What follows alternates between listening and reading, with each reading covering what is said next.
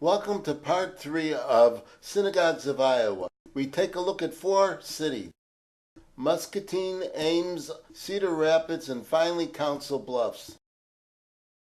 Our first city is Muscatine, in which we are looking at a closed synagogue.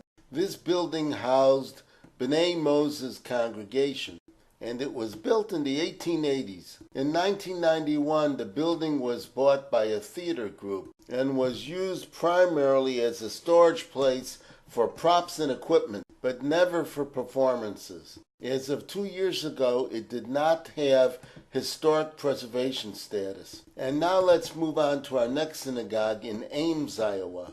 Sudden from the road and hiding behind these trees is the Ames Jewish congregation. It's a Reformed temple, and it was founded in 1961, but it claims that it also tries to meet the needs of conservative observance when possible.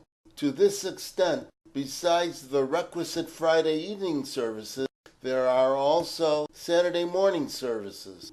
A visiting rabbi is hired to lead the services once a month, and on other weekends, congregational members lead the services.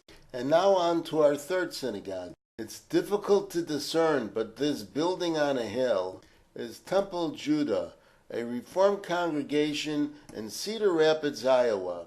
Services are held on Friday evenings, as well as a Reformed Shabbat service on the third Saturday morning of each month. And there is even a traditional Saturday morning service held once a month, followed by a Kiddush luncheon.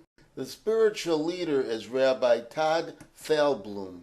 The main facility was built in 1962, and a social recreation hall was added in 1999. And now we turn to our fourth and final synagogue. This is B'nai Israel in Council Bluffs, Iowa. This building was completed in January 1931. It has seating for 500. At first, when it was an Orthodox congregation, the women sat in the balcony. After World War II, it switched to the conservative affiliation. Its original name was Chevra B'nai Israel Congregation, and in 1953, it officially changed its name to Congregation B'nai Israel.